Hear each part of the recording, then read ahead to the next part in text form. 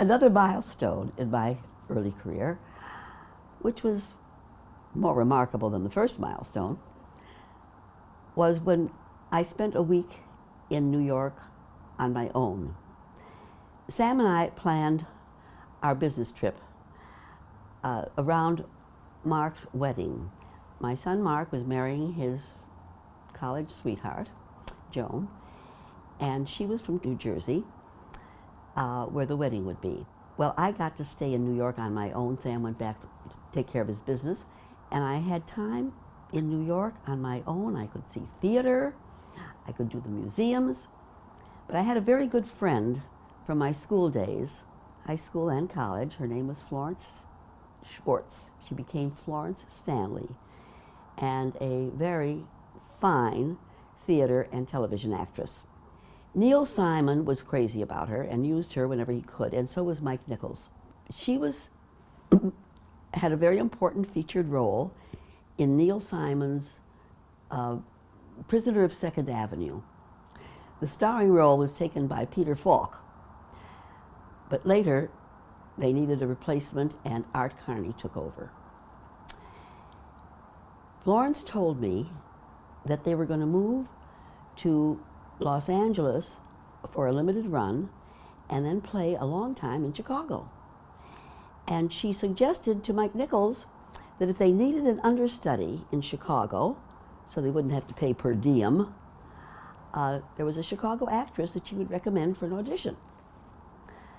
Well, it just so happened, a stroke of luck, Neil Simon and Mike Nichols came in one day during the time I was in New York to rehearse or audition replacements. Art Carney was already set, but I guess they were looking for one person. They were looking for one person to play Art Carney's sister, who had been played by the woman who made the commercial that was famous, "You can't fool Mother Nature."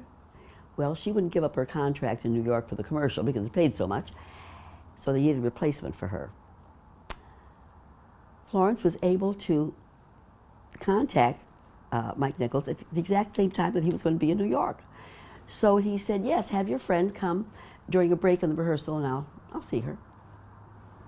Well, Florence came over to my hotel one night after the show with her script to give me pointers on how they would want the part interpreted. I also went to see her in the show that night. It was sold out. I had standing room only, but it was a delightful show, a wonderful comedy. And there were three sisters who added all the comic relief, you might say, but they were really the heart of the comedy in the show. And I arrived at the theater, and just like in the movies, there was this elderly gentleman sitting on a stool at the back door, the stage door monitor. And I told him I was there to see Mr. Nichols, and he said, I'll tell him you're here. And Mr. Nichols appeared, just like I remember him from the pictures of the early playwrights company, Compass Players. He had a navy blue blazer with brass buttons, blonde hair, blonde eyebrows, which we know was always false because he lost all his hair when he was a very young man. And graciously said, you're the Chicago actress? And yes. He said, well, come on in on the stage and I'll have the stage manager read you the cues and you can give me the lines for the sister, Pauline. It was an awesome feeling just going on the stage of a New York theater with the work lights on, and the stage manager was reading me the cues, and after about 5 or 6 lines, he said, thank you very much, Miss Alexander. Uh-oh, this is the kiss-off. He's heard enough. Well, I had this wonderful experience. He rose out in the theater, which I could hardly see, and I got up to go, and he said, I think you'll make a very good Pauline, Miss Alexander. I'm thinking of the understudy role, of course. And I looked, I said, Mr. Nichols, do you mean that? He laughed. He said, go over and get a contract. When I got there, I found out the contract was for the role of Pauline, not the understudy. Well, I couldn't believe it. I'm in New York. This is my town. I'm a star. I walked on air till I got back to the hotel. And Mr. Nichols told me that they were going to start in the fall at the Amundsen Theater in Los Angeles, a 2,000-seat theater. And they would be there for 4 to 6 weeks and then come to Chicago. Well, I thought, I'd have to be out of town all those weeks. Now, my children would be okay, but how about Sam? Sam still wasn't sure that you should let your wife be out alone at night. So I got back to the hotel room, and I sat on the bed looking at the clock until it should reach 6 for when the rates should change for long distance. Can you believe it? I was going to make more money than I ever made in my life, and I'm waiting for the rates to change to call my husband. So I got him on the phone, and I said, honey, wonderful news. I was cast in a New York show, and told him a little bit about Florence arranging it. And I said, and then in September, we're going to go to Los Angeles for 4 weeks. He said, what? You'd go without me? I thought fast. Sam, if you had to go to Europe on business, you were going to import styles, you'd go, no thought about it. He said, I'd take you with me. I said, well, I don't think you can come with me. You've got the store to manage, but think of it this way.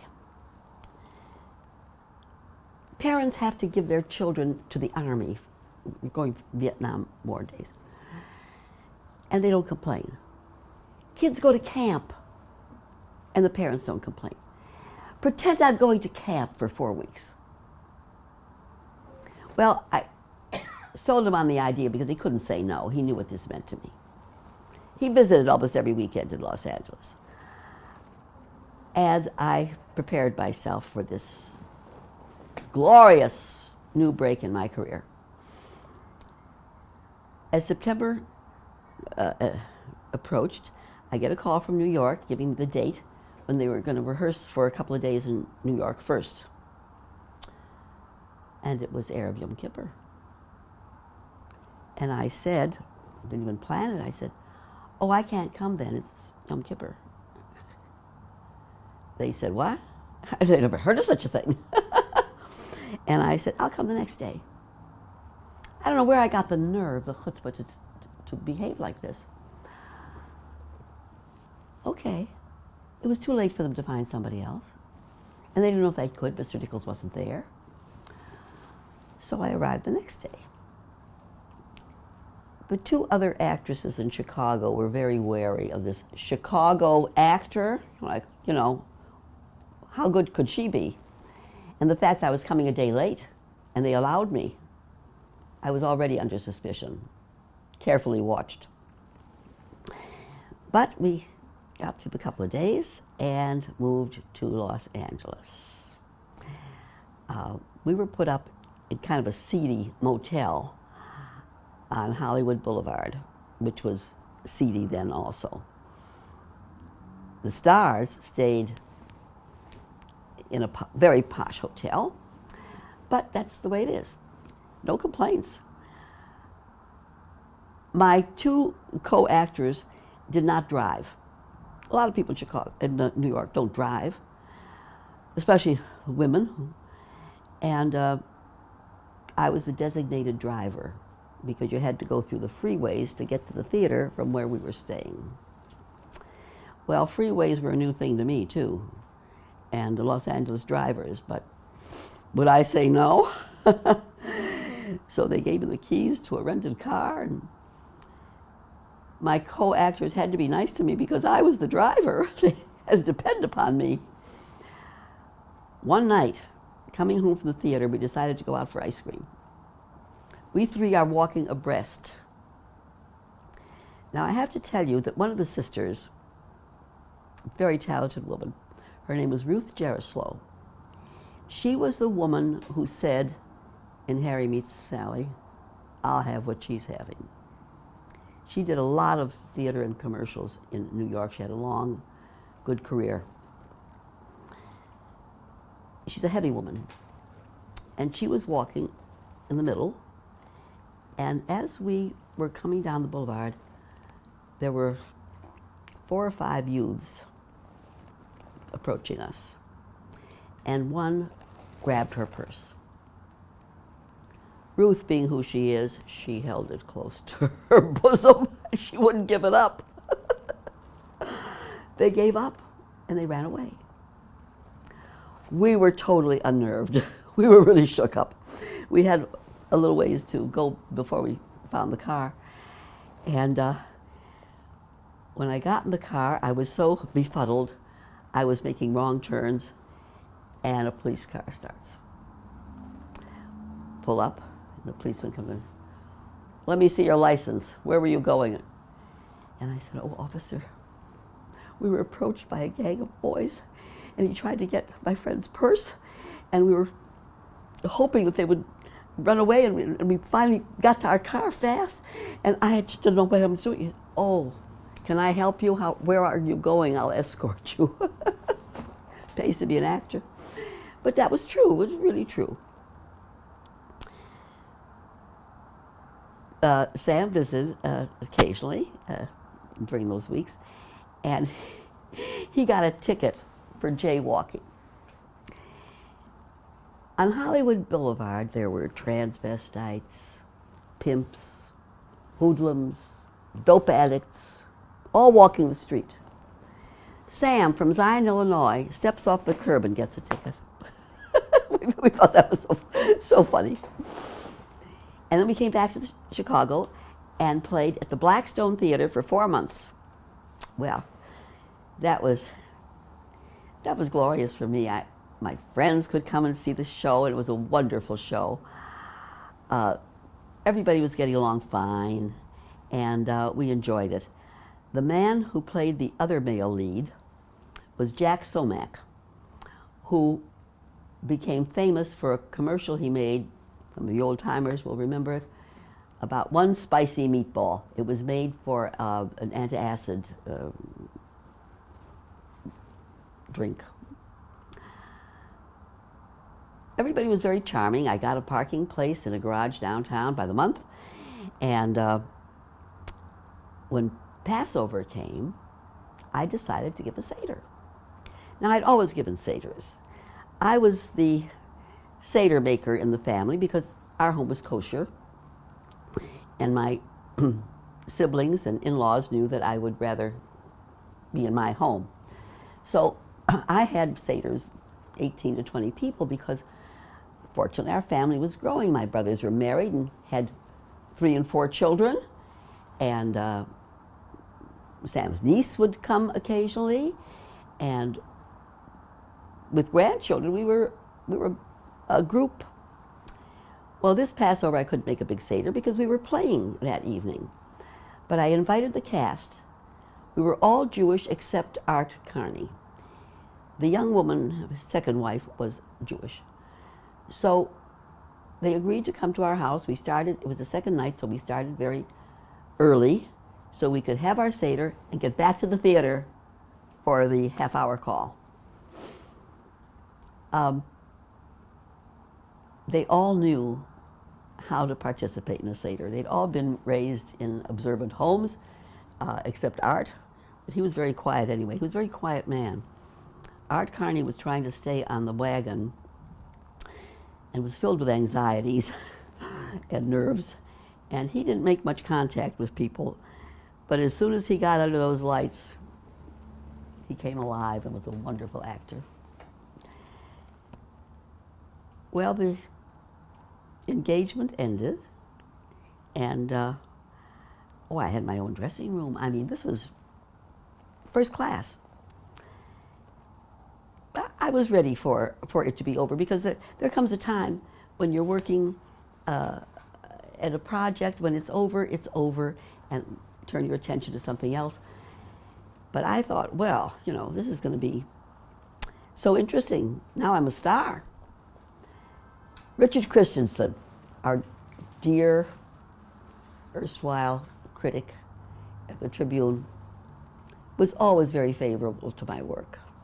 I have some lovely notes and cards from Richard. When he heard about my engagement in New York to be in the show and to come to Blackstone, he did an article on me in the Tribune. Well, I was invited to someone's home who knew him, who was entertaining him that night, and they asked me to come and meet with him and give him some information, which I did, and the article appeared. Now you have to know the Times. The caption was, Highland Park housewife, Nab's part, role. Highland Park housewife. You couldn't get over the anti-feminism in those days. But I accepted with good humor. Would I correct Richard Christensen? We became good friends after that. Well, again, I thought, the telephone's going to ring, I'm going to get engagements.